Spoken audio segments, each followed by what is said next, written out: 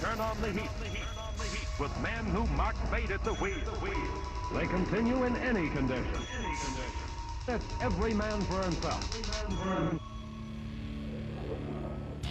Number 10. This is it. Heavy, high-speed traffic. The toughest competition in the world. Straining car and driver to their limits. Racing is a tough business.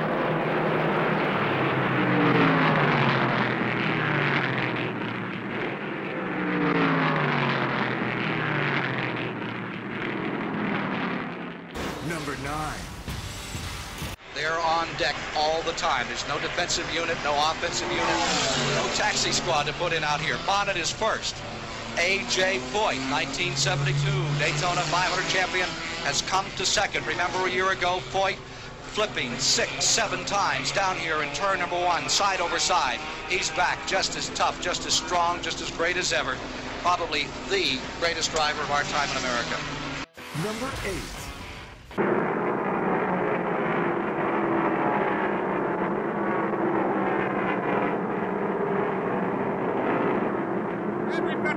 Turn number 4. Car number 30 is upside down. That's Walter Ballard's car. Buddy Baker also involved. Ballard's car coming to rest right side up. We hope he's okay. Walter Ballard from Texas, the rookie last year, and he looks as though he's climbing out. Buddy Baker was involved in that one too, Pete. Only 2 cars. Everybody else still going. 2 cars involved. Ballard running there, going across pit road. There is no fire, but Walter wanted to get away from it in case there was.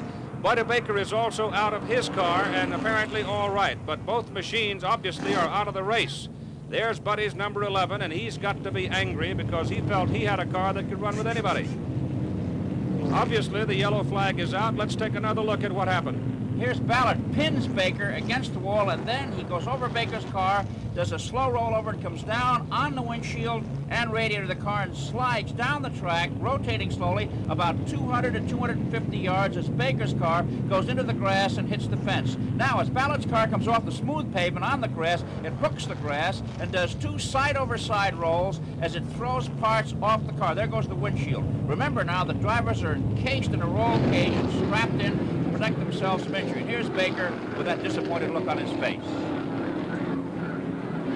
Wow. You know, it's incredible, though, looking at Walter Ballard's car, that a man could walk away from it. We'll be back and try to talk to the 2 men involved after this.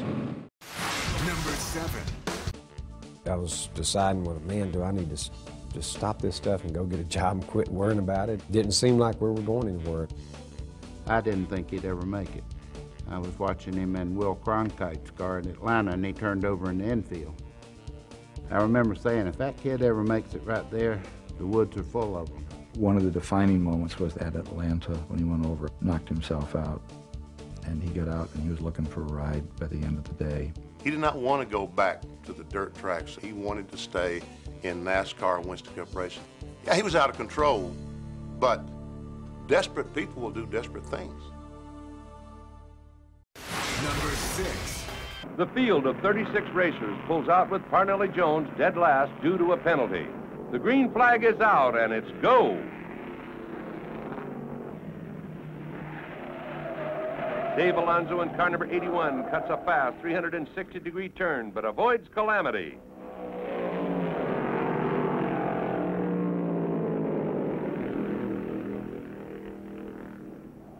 Alonso stars again. This time he clears the hay bales with ease in turn number 8.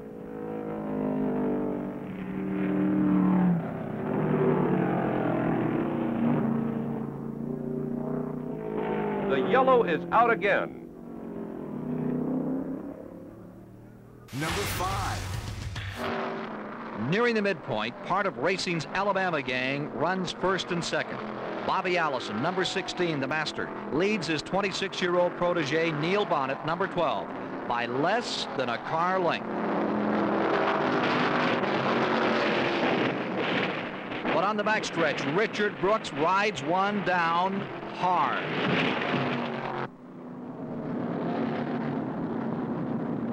As safety crews move to the tattered remains of another race car, we see in slow motion what happens when a 3,700-pound automobile hurtles out of control at 190 miles per hour.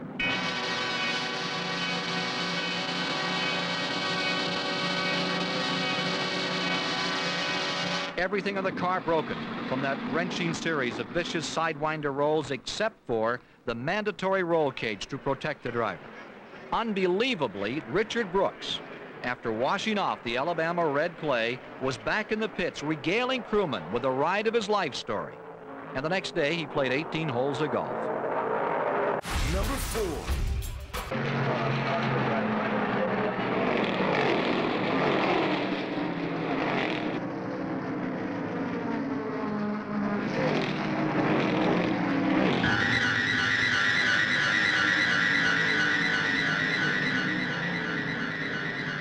What happened to Bobby was, I think he just thought that he had passed the car, and he pulled up on him, and maybe the car had gotten off the turn a little bit better than he did.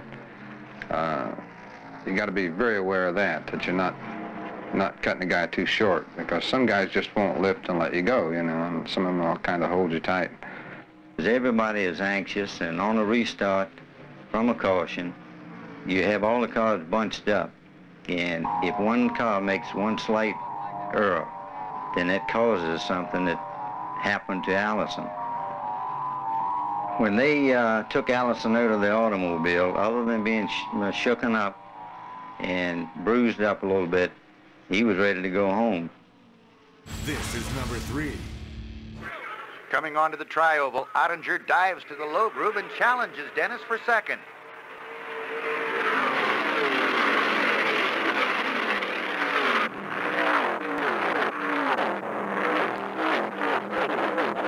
First turn, Farmer's loose.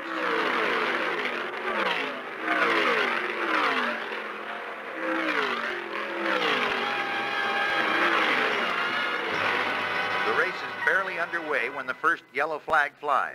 Number 97, Red Farmer, and 44, Terry Mock, tangle entering turn 1. Both cars flipped, but Red Farmer went end over end several times, completely totaling out his Ford.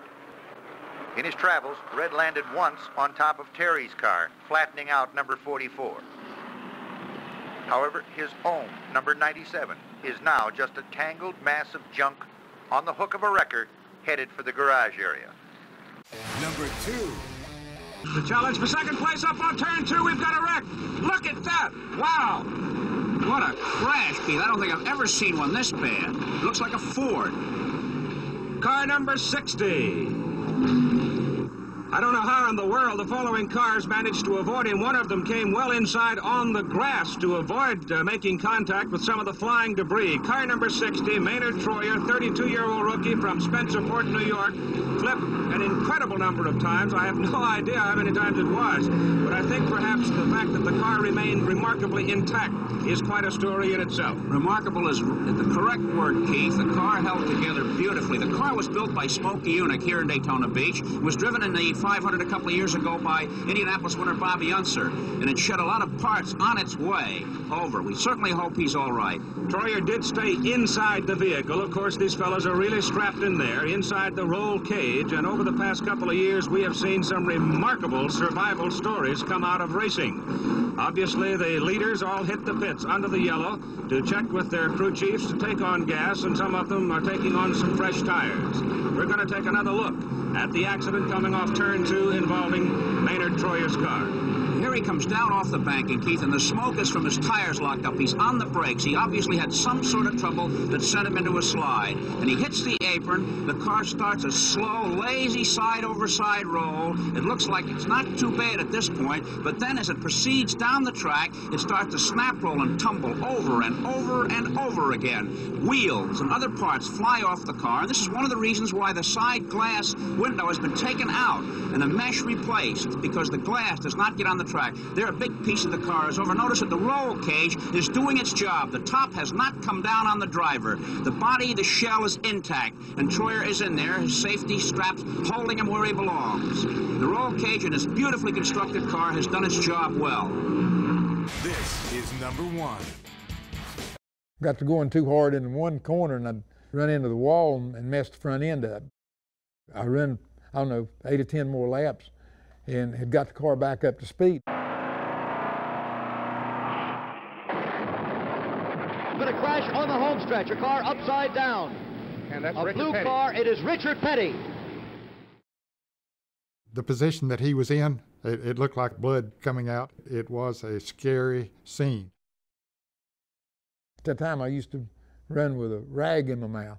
Well, them rags got to coming out the windows and stuff and looked terrible. I think the TV camera said, you know, get away from that. He's coming apart inside that car. And he certainly appears to be unconscious. The pit crew running out. This could be a very bad accident to one of the best-known race drivers in the world.